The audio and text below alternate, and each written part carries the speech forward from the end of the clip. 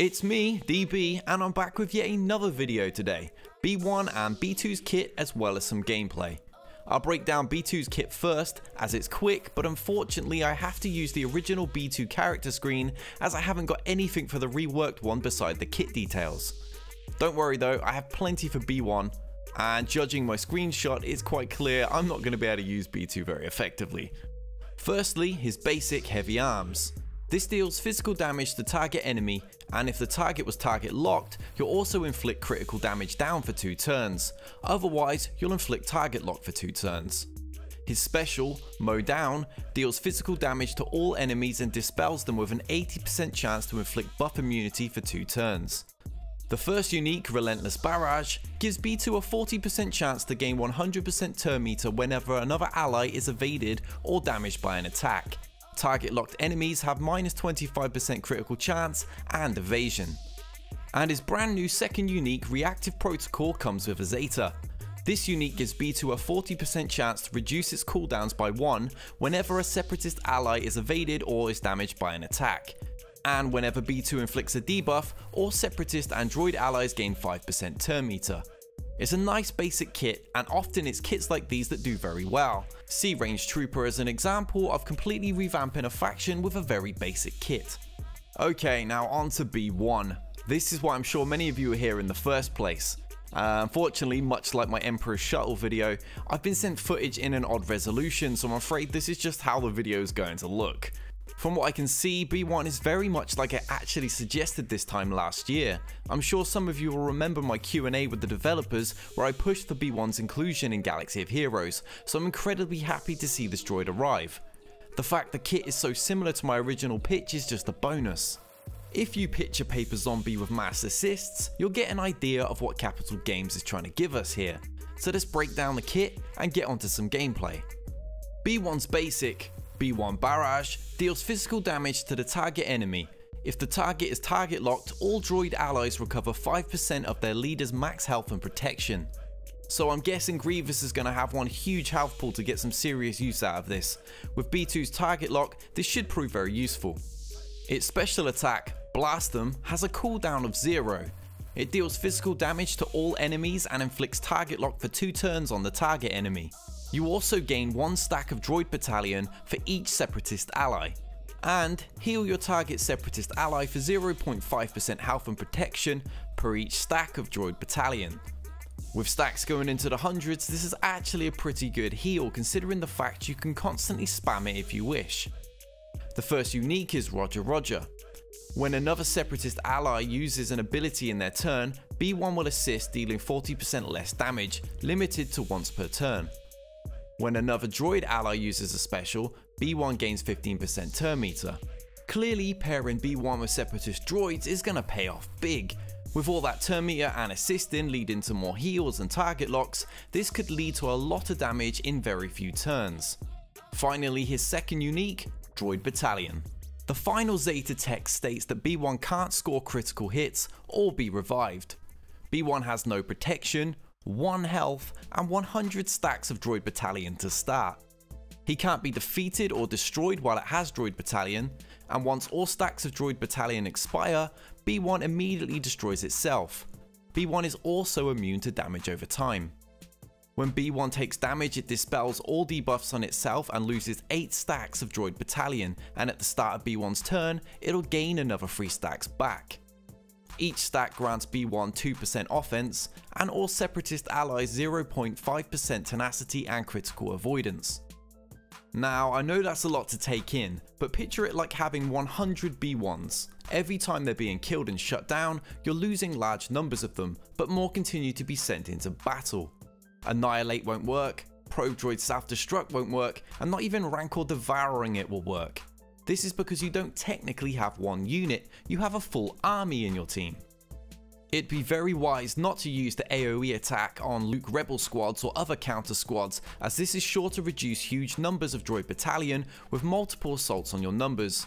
Of course, Days would solve this problem, so hopefully another Separatist droid will bring this to the team. Well, that concludes the kit, so let's get onto some gameplay. Unfortunately, with Grievous not being reworked until the 20th, B1 doesn't actually have the correct team to really showcase itself. Capital Games have sent me some standard footage so we can at least see the animations and get an idea of what to expect. Okay, so dark side battles it is. We have a nice full squad here of separatists to at least show the boost that B1 will give to the faction. Wow, we've immediately lost 8 stacks. And there's the assist. I like how it comes off screen to kind of, you know, show the other B1s that are lined up, your army that's behind your main team. That's quite a nice touch. Let's get some stacks back then. There we go, there's 3 stacks. So strange seeing Nuke Gunray around.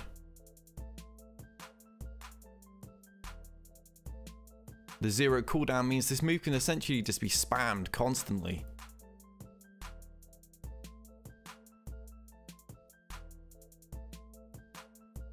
Another nice cool animation there, more B1s standing beside yours, firing on. Right, that looks to be round 1 over. I do apologise about the glitches that you're seeing in this gameplay. This is actually what I was sent, it came with these.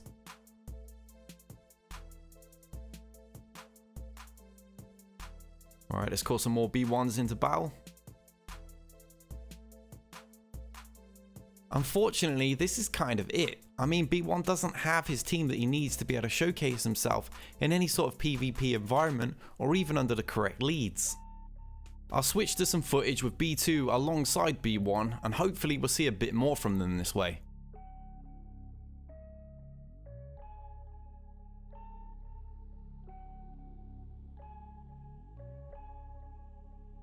Unfortunately, it looks like the gameplay has been filmed by someone much like most of us that doesn't really use separatists and isn't really sure of their kits. I can't say I know too many of them off the top of my head either.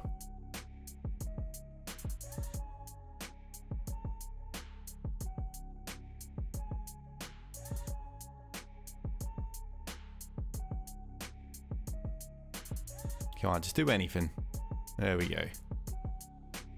Let's keep these attacks going.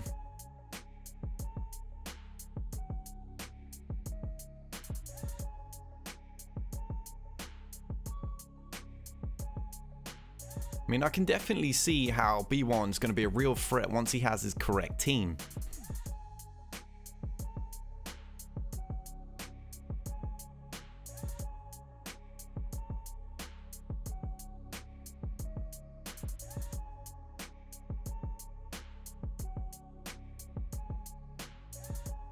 Well, that looks to be the end of this little squad. We'll wrap it up battle-wise after this because, I mean, I can't really show you much with these battles anyway.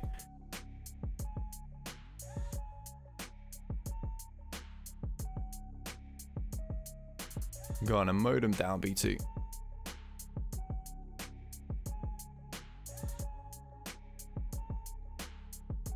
B1 definitely getting some nice stacks here, up to 122 so far. 127.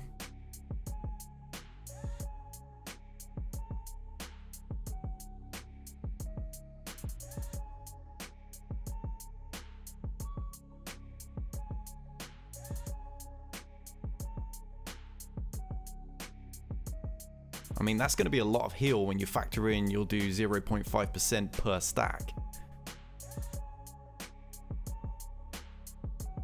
And there we have it. I think I'll call it a wrap there, guys. I appreciate Capital Games have a very difficult job showcasing this character to us this early, because he, as I've said like several times in this video, he doesn't have everything he needs. The rest of the pieces of the puzzle are not there for us to actually connect.